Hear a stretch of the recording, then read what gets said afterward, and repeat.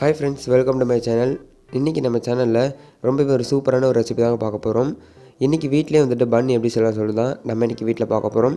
So முடிஞ்ச அளவுக்கு வீடியோவை ஸ்கிப் பண்ணாமல் பாருங்கள். மறக்காமல் நம்மளுடைய சேனலை வந்து சப்ஸ்கிரைப் பண்ணிக்கோங்க. இப்போ வாங்க நம்ம வீடியோக்குள்ளே போயிடலாம். அது பன் பண்ணுறதுக்கு ஃபஸ்ட்டு ஒரு மிக்சிங் பவுல் வந்து எடுத்துக்கோங்க. அதில் ஒரு டேபிள் ஸ்பூனோ பார்த்தீங்கன்னா சுகர் வந்து சேர்த்துக்கலாம். ஏன் நம்ம சுகர் ஆட் பண்ணுறோம் அப்படின்னா ஈஸ்ட் வந்து நம்மளுக்கு சீக்கிரமாக வந்து ஆக்டிவேட் ஆகி வந்துடும். ஸோ இப்போ 2 டேபிள் ஸ்பூனோ பார்த்தீங்கன்னா இன்ஸ்டன்ட் ஈஸ்ட் வந்து சேர்த்துக்கலாம். ஸோ நீங்கள் இது எல்லா சூப்பர் மார்க்கெட்டுமே கிடைக்கும். நீங்கள் ஆன்லைனில் கூட பார்த்திங்க அப்படின்னா அதை வந்து வாங்கிக்கலாம். ஸோ ஒரு 2 டேபிள் ஸ்பூனோ பார்த்திங்க அப்படின்னா சேர்த்துக்கலாம். நம்ம எந்த டீஸ்பூனுக்கு சுகர் அளந்தோமோ அதே டீஸ்பூனுக்கு 2 டேபிள் ஸ்பூனோ பார்த்திங்க அப்படின்னா இன்ஸ்டன்ட் ட்ரை ஈஸ்ட் வந்து சேர்த்துக்கோங்க. சேர்த்துட்டு இது கூடவே பார்த்திங்கன்னா 150 ml அளவு பார்த்திங்க அப்படின்னா காய்ச்சி ஆற வச்ச பால் வந்து சேர்த்துக்கோங்க. பால் வந்து கொஞ்சம் வந்து வெதுப்பாக இருக்க மாதிரி வந்து பார்த்துக்கோங்க. ஸோ சேர்த்துட்டு எந்த ஒரு கட்டிகளும் இல்லாமல் இதை நல்லா வந்து ஒரு ஸ்ப்ரெட்டில் இல்லை அப்படின்னா எதாட்டி ஒரு கண்ணையை வச்சு நல்லா பார்த்திங்கன்னா நம்ம வந்து கலந்து விட்டுக்கலாம். ஸோ அப்போ தான் நம்மளுக்கு ஈஸ்ட் வந்து சீக்கிரம் நம்மளுக்கு ஆக்டிவேட் ஆகி வரும். ஸோ நல்லா பார்த்திங்கன்னா இந்த மாதிரி மிக்ஸ் பண்ணதுக்கப்புறமா இதை வந்துட்டு ஒரு மூடி போட்டு மூடி ஒரு 20 நிமிஷம் இதை அப்படியே வந்து விட்டுற போகிறோம். ஸோ நம்மளுக்கு நல்லா வந்து ஈஸ்ட் வந்து ஆக்டிவேட் ஆகி வரும். இது அப்படியே வந்து ஓரமாக இருக்கட்டும். இப்போ பார்த்திங்கன்னா ஒரு 20 நிமிஷம் போல் ஆகிருக்கு பாருங்கள், உங்களுக்கு நல்லாவே தெரியும். ஈஸ்ட் நம்மளுக்கு நல்லாவே பார்த்திங்கன்னா ஆக்டிவேட் ஆகி வந்திருக்கு. ஸோ இந்த ஸ்டேஜில் பார்த்திங்க அப்படின்னா நம்ம இதில் ஒரு முட்டை வந்து இது கூட வந்து சேர்த்துக்க போகிறோம். ஸோ சேர்த்துட்டு நம்ம இதில் மற்ற இன்க்ரீடியன்ஸ் எல்லாமே வந்து சேர்க்க ஆரம்பிச்சிடலாம். இது கூட பார்த்திங்கன்னா 50 கிராம் அளவு பட்டர் வந்து சேர்த்துக்கலாம். இது கூடவே ஒரு 1/4 கப் அளவு சுகரை வந்து சேர்த்துக்கோங்க. நீங்கள் சுகர் வந்து அதிகமாக சாப்பிட்றீங்க அப்படின்னா நீங்கள் 1/2 கப் கூட பார்த்திங்கன்னா சேர்த்துக்கலாம். சேர்த்துட்டு இது எல்லாத்தையுமே வந்துட்டு நல்லா வந்து கலந்துட்டுக்கோங்க. ஸோ இந்த பட்டர் இது எல்லாமே சேர்த்து இந்த பாலோடு சேர்த்து நம்மளுக்கு நல்லா வந்து மிக்ஸ் ஆகி வரணும். ஸோ சுகர் நல்லா வந்து மெல்ட் ஆகணும். நம்ம ஆட் பண்ண சுகர் வந்துட்டு நல்லா இந்த பாலில் வந்து கரைஞ்சி நம்மளுக்கு வந்து வரணும். ஒரு ஸ்பெட்டில் வச்சு இந்த மாதிரி நல்லா வந்து மிக்ஸ் பண்ணி எடுத்துக்கோங்க. இப்போ பார்த்தீங்கன்னா உங்களுக்கு தெரியும் எல்லாமே நல்லா வந்து மிக்ஸ் ஆகிடுச்சு. இந்த பட்டர் மட்டும் பார்த்திங்கன்னா கொஞ்சம் வந்து கட்டியாக இருக்குது. நம்ம மாவு சேர்த்து மிக்ஸ் பண்ணும்போது கரெக்டாகிடும். இப்போ இதில் 3 கப் அளவு பார்த்திங்கன்னா மைதா மாவு வந்து சேர்த்துக்கலாம். நம்ம எந்த கப்புக்கு வந்து பால் அளந்தோமோ அதே கப்புக்கு 3 கப் அளவு பார்த்திங்கன்னா மைதா மாவு வந்து சேர்த்துக்கோங்க, கரெக்டாக இருக்கும். சேர்த்துட்டு நல்லா ஃபஸ்ட்டு ஒரு ஸ்பெட்டில் வச்சு நல்லா வந்து மிக்ஸ் பண்ணிக்கோங்க. இல்லை அப்படின்னா வேறு ஏதாட்டி ஒரு கரண்டியை வச்சு நம்ம நல்லா வந்து ஃபஸ்ட்டு மாவு வந்து மிக்ஸ் பண்ணிக்கலாம். அதுக்கப்புறமா நம்ம கையால் பார்த்திங்கன்னா மிக்ஸ் பண்ணி எடுத்துக்கலாம். ஸோ சேர்த்துட்டு நல்லா வந்து இந்த மாதிரி மிக்ஸ் பண்ணிக்கோங்க. இப்போ நம்ம கையை வச்சு நல்லா வந்துட்டு மாவு வந்து பிசைஞ்சிக்கலாம். மாவு வந்து பார்த்திங்கன்னா ஒரு மாதிரி பார்த்திங்கன்னா கொஞ்சம் தண்ணியாக வந்து இருக்கும். ஸோ அது வந்து ப்ராப்ளம் கிடையாது. நம்ம இதில் எக்ஸ்ட்ரா தண்ணி எதுவுமே வந்து ஆட் பண்ண போகிறது கிடையாது. நம்ம சேர்த்துருக்க பாலை வச்சு நம்ம நல்லா வந்து மிக்ஸ் பண்ணி எடுத்துக்க போகிறோம். ஸோ இந்த மாதிரி லைட்டாக வந்து மிக்ஸ் பண்ணிவிட்டு இந்த மாதிரி பார்த்திங்கன்னா பிளேட் வந்து எடுத்துக்கோங்க.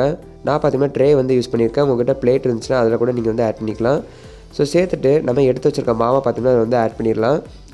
ஆட் பண்ணிவிட்டு ஒரு 20 நிமிஷம் நம்ம நல்லா பார்த்திங்கன்னா இந்த மாதிரி மிக்ஸ் பண்ணி எடுக்க போகிறோம். பாருங்கள், மாவை இந்த மாதிரி பார்த்திங்கன்னா நம்ம வந்துட்டு அழுத்தி வந்து பிசையணும். ஸோ அப்போ தான் நம்மளுக்கு வந்து பன் வந்து நல்லா சாஃப்டாக வந்து கிடைக்கும். ஸோ இந்த ஸ்டேஜ் வந்து ரொம்பவே வந்து இம்பார்ட்டன்ட் ஸ்டேஜ். இதுதான் வந்து பார்த்திங்கன்னா முக்கியமான ஸ்டேஜ். இதை கண்டிப்பாக நீங்கள் வந்து இந்த மாதிரி பண்ணால் தான் பன் வந்து நம்மளுக்கு சாஃப்டாக வரும். பாருங்கள், இந்த மாதிரி பார்த்தோம்னா அழுத்தி நம்ம வந்து பிசையணும். ஒரு 20 நிமிஷம் நம்ம பிசைஞ்சாலே வந்து போதும். ஸோ இப்போ பார்த்தீங்க அப்படின்னா ஒரு 20 நிமிஷம் மேலே ஆயிடுச்சு பாருங்கள். ஸோ மாவு வந்துட்டு எந்த அளவுக்கு நம்மளுக்கு வந்து சாஃப்டாக கிடச்சிருக்கு அப்படின்ட்டு. ஸோ இந்த மாதிரி பார்த்திங்கன்னா இருக்கணும். பாருங்கள், இந்த மாதிரி லைட்டாக பார்த்திங்கன்னா அடியில் வந்து இந்த மாதிரி தண்ணியாக இருக்கும். ஸோ இந்த மாதிரி ஒட்ட தான் செய்யும். மாவு வந்து நம்ம லைட்டாக வந்து எடுத்தோம் அப்படின்னா வந்துடும். ஸோ சேர்த்து நல்லா ஈக்குவலாக பார்த்திங்கன்னா நம்ம வந்து இதை வந்து மாவு வந்து உருண்டை பிடிச்சி வந்து எடுத்துக்கோங்க.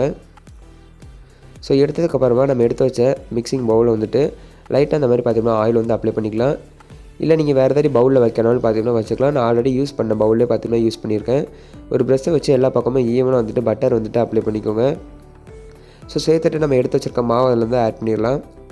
ஆட் பண்ணிவிட்டு நம்ம எடுத்து வச்சுருக்க ப்ரெஷ்ஷை வச்சு மேலே இந்த மாவுக்கு மேலே எல்லா பக்கமும் பட்டர் ஈவனாக வந்து அப்ளை பண்ணிக்கோங்க. ஸோ மாவு வந்துட்டு ட்ரை ஆகாமல் இருக்கும். ஸோ சேர்த்துட்டு இதை ஒரு மூடி போட்டு மூடி ஒரு 3 மணி நேரம் நல்லா வந்து ஊற வைக்க போகிறோம். நம்ம எந்த அளவுக்கு பார்த்திங்கன்னா மாவு வந்து பொங்கி வந்திருக்குன்னு பாருங்கள். இப்போ பார்த்திங்க அப்படின்னா ஒரு 3 மணி நேரம் போல் ஆகிடுச்சு.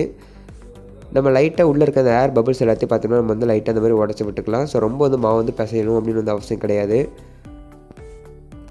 பார்த்திங்கன்னா தெரியும் மாவு வந்து உங்களுக்கு எந்த அளவுக்கு பார்த்திங்கன்னா சாஃப்டாக கிடச்சிருக்கு அப்படின்ட்டு. நம்மளுக்கு பார்த்திங்கன்னா மாவு வந்துட்டு டபுள் ஆகி வந்திருக்கும். அப்படியே நம்மளுக்கு உங்களுக்கு 3 மணி நேரம் ஆகி மாவு வந்து பொங்கலை அப்படின்னா ஒரு நைட் ஃபுல்லாக நீங்கள் வந்து விட்டுருங்க. இது எந்த ஒரு ப்ராப்ளமே வந்து கிடையாது.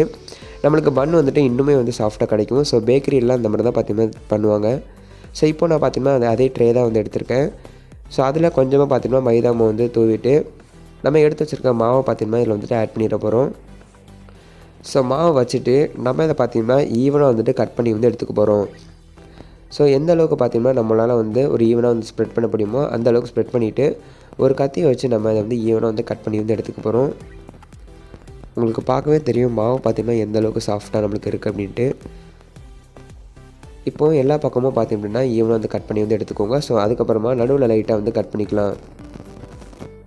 பார்த்திங்கன்னா இந்த மாதிரி கட் பண்ணதுக்கப்புறமா அதில் வந்து ஒரு பீஸ் அளவு மாவு வந்து எடுத்துக்கோங்க கையில். எடுத்துகிட்டு நம்ம இதை வந்துட்டு ஓடி பார்த்திங்கன்னா நம்ம வந்துட்டு மாவு வந்து பிசைஞ்சு எடுத்துக்க போகிறோம். ஸோ அப்போ தான் நம்மளுக்கு வந்து இந்த பன் ஷேப் வந்து நம்மளுக்கு வந்து கிடைக்கும். ஸோ பார்த்திங்கன்னா இந்த மாதிரி பார்த்திங்கன்னா நம்ம வந்து பிசையணும். உங்களுக்கு பார்க்க தெரியும் பாருங்கள். ஸோ இந்த மாதிரி பிசைஞ்சு எடுத்ததுக்கப்புறமா லைட்டாக அந்த மாதிரி கையை வச்சு பண்ணோம் அப்படின்னா நம்மளுக்கு வந்து பார்த்திங்கன்னா கரெக்டாக வந்துடும். பாருங்கள் நம்மளுக்கு அந்த மாதிரி பன் ஷேப் வந்து கிடச்சிடும். அடுத்த கையால் லைட்டாக வந்து நம்ம அந்த மாதிரி லைட்டாக வந்து அழுத்திவிட்டோம் அப்படின்னா நமக்கு பன் மாதிரி கிடச்சிடும் பாருங்கள். ஸோ இதே மாதிரி எல்லாத்தையுமே பார்த்திங்கன்னா ஒரு ட்ரேக்கு வந்து மாற்றிக்கோங்க. அந்த ட்ரேயில் வந்துட்டு அடியில் வந்துட்டு பட்டர் அப்ளை பண்ணிவிட்டு நம்ம எடுத்து வச்சுருக்க உருண்டைகளை இந்த மாதிரி கொஞ்சம் லைட்டாக கேப் விட்டு வச்சுட்டு இது ஒரு மூடி போட்டு மூடி இதை 1 மணி நேரம் அப்படியே வந்து விட்டுடலாம். 1 மணி நேரம் கழித்து நம்ம ஒரு குக்கரில் நான் அடியில் பார்த்திங்கன்னா ஒரு சின்ன கிண்ணம் வச்சுட்டு நம்ம எடுத்து வச்சுருக்க ட்ரேவை அப்படியே உள்ளே வச்சிருந்தேன். உள்ளே வச்சுட்டு இது ஒரு மூடி போட்டு மூடி லோ ஃப்ளேமில் ஒரு 1 மணி நேரம் அப்படியே வந்து விட்டுற போகிறேன். ஸோ 1 மணி நேரத்தில் நம்மளுக்கு பன் வந்து சாஃப்டாக வந்து வெந்து வந்துடும்.